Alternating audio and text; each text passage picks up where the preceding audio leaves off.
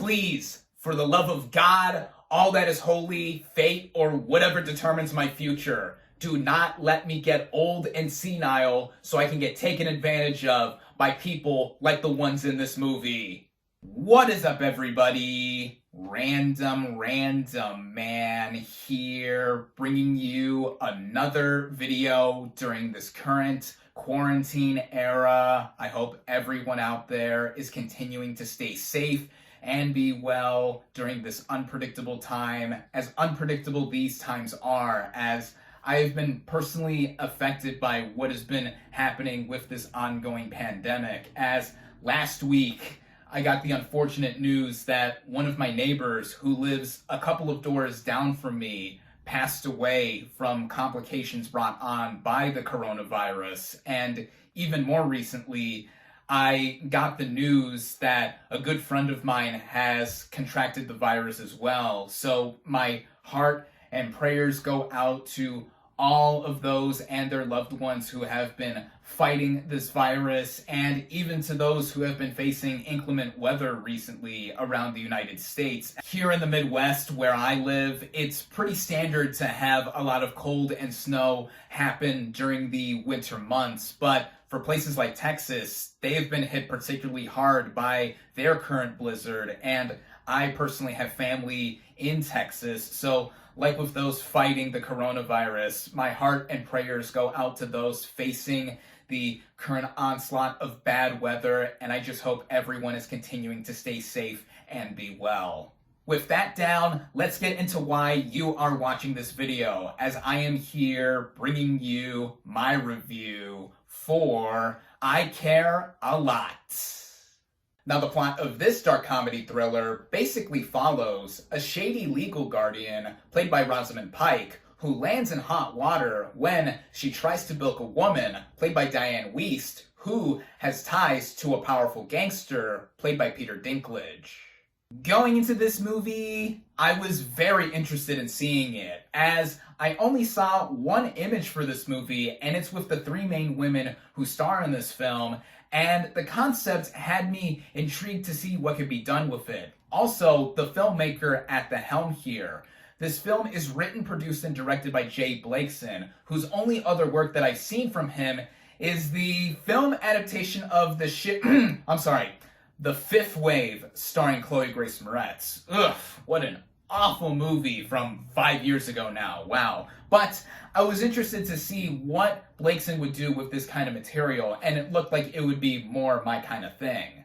Starting out with the cast and their performances, we have Rosamund Pike as Marla Grayson. She's had an interesting career within the last couple of decades or so. She went from Bond Girl to Gone Girl, for which she received an Oscar nomination for Best Actress and was able to shake the Bond Girl curse. And here in I Care a Lot, she plays a similarly villainous character to what she played in Gone Girl, except here there is a lot more at stake with what she is doing with her character. As I mentioned, she plays a shady legal guardian who basically tries to swindle elderly people out of all their assets, property, and above all, wealth, if they have it. And Pike here is powerful as this character. She is definitely someone you do not want to mess with, as she is determined to not have her hustle be ruined or fallen through for whatever reason, and she does whatever she can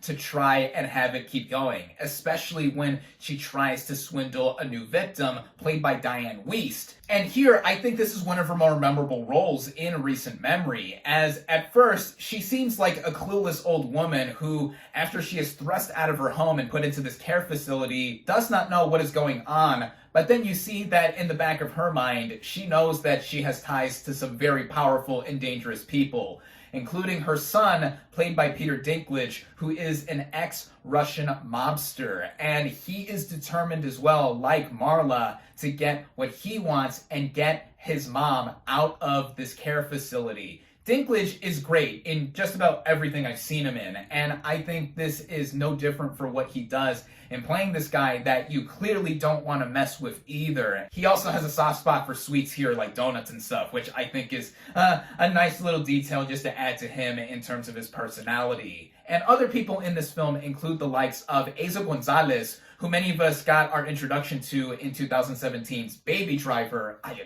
adore this film. And here she plays both the business and life partner to Marla. And I thought that the chemistry that she had between herself and Pike was very palpable. And also as a character on her own, she is definitely someone who helps in the operation that Marla is running in trying to get all of these elderly people. I also want to give some worthy mentions to Chris Messina, who plays a lawyer with ties to the aforementioned Russian mob and tries to intimidate Marla in one noteworthy scene of this film. He made an impression for the screen time that he had. And Isaiah Whitlock Jr., who plays the judge that presides over some of the cases that Marla is involved with. I always like seeing him in movies, whether it's the works of Spike Lee or this, and I thought that everyone here just really did a great job all around, especially Rosamund Pike, who, by the way, picked up a Golden Globe nomination for her performance here, and I think it is well deserved. The writing of this film, and by extension the directing by Jay Blakeson, makes it perfectly clear from the get-go that this is a film with style in tow and follows some not so morally righteous characters in its entirety. Now that's something that I've seen a lot of discourse talk about with this movie online, as it should be not watched or canceled for following people that are doing some horrible things to vulnerable people. I'd say that by that logic, we should cancel every mobster mafia movie ever made, because those movies follow characters that are doing stuff outside of the law, which I think is ridiculous to try and critique for a movie like I Care a Lot, because this film is a scathing portrayal of how conservatorship works and how it's surprisingly legal in the extent that it can go for in taking advantage of the elderly and just swindle them. In recent memory, earlier this month actually, Hulu released a documentary called Framing Britney Spears, which has to do with what she's been facing since 2008 with the conservatorship under her father. And I think that is something that triggered a lot of people into being against I Care a Lot as well, because this has popped up in a lot more prevalence in recent memory. But I think that I Care a Lot is not entirely trying to glorify what Pike's character is doing throughout it, because it shows what dangerous extents can be reached from what she does and also what she gets herself into in being against the Russian mob. So there is that, and personally for me, I was just invested in what was going on and what was presented with how far this can all go. And this is credited to what Blakeson does behind the camera, as this film is consistently energetic with how it is paced. This film is very entertaining throughout it, and I cannot see anyone being bored in the slightest by what is going on here, for how it has this rhythm about it that keeps going and going and going. All of the twists and turns that this movie takes add to that as well, including the technical elements that are shown in front of and behind the camera. The way this movie is shot is very clean and stylistic, much like how the main character is reflected on screen, with how she dresses, the color palette of this movie and showing a lot of bright pastels and even lens flares across the movie, which made me think at times, was this movie shot by J.J. Abrams instead of Jay Blakeson? But either way, it added on to this movie, reflecting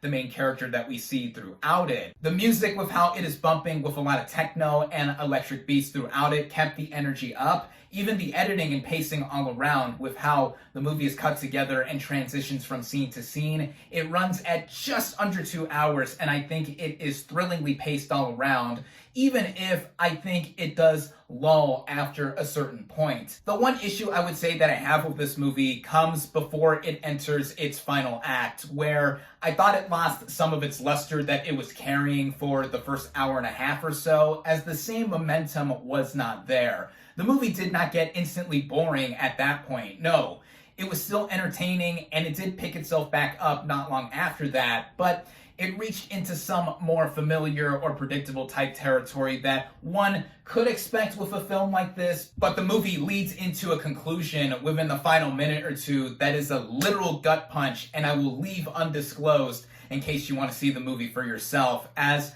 I really enjoyed I Care a Lot. It reminded me of some other movies of recent memory that I quite enjoyed as well, like War Dogs from 2016, directed by Todd Phillips. I watched that movie for the first time last week, and it gave me some light, despite how heavily dramatized it was, on how gun runners really operated within the mid-2000s and the legal extent of what they were able to do, even with the ramifications that came their way. I would also compare I Care a Lot to Promising Young Woman, as there are a lot of similarities there with a strong female lead who may or may not have some morally conscious decisions that are made across the film. On its own, though, I Care a Lot, I liked a lot, and I definitely recommend it.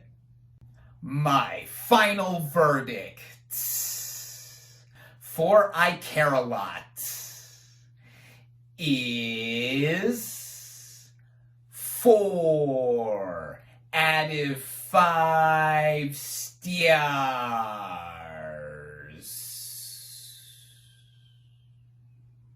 Thank you all, as always, for watching. Be sure to like this video, comment on what you thought of I Care a Lot. Social media links in the description. Subscribe to my channel for more, and I'll catch you on the next movie review.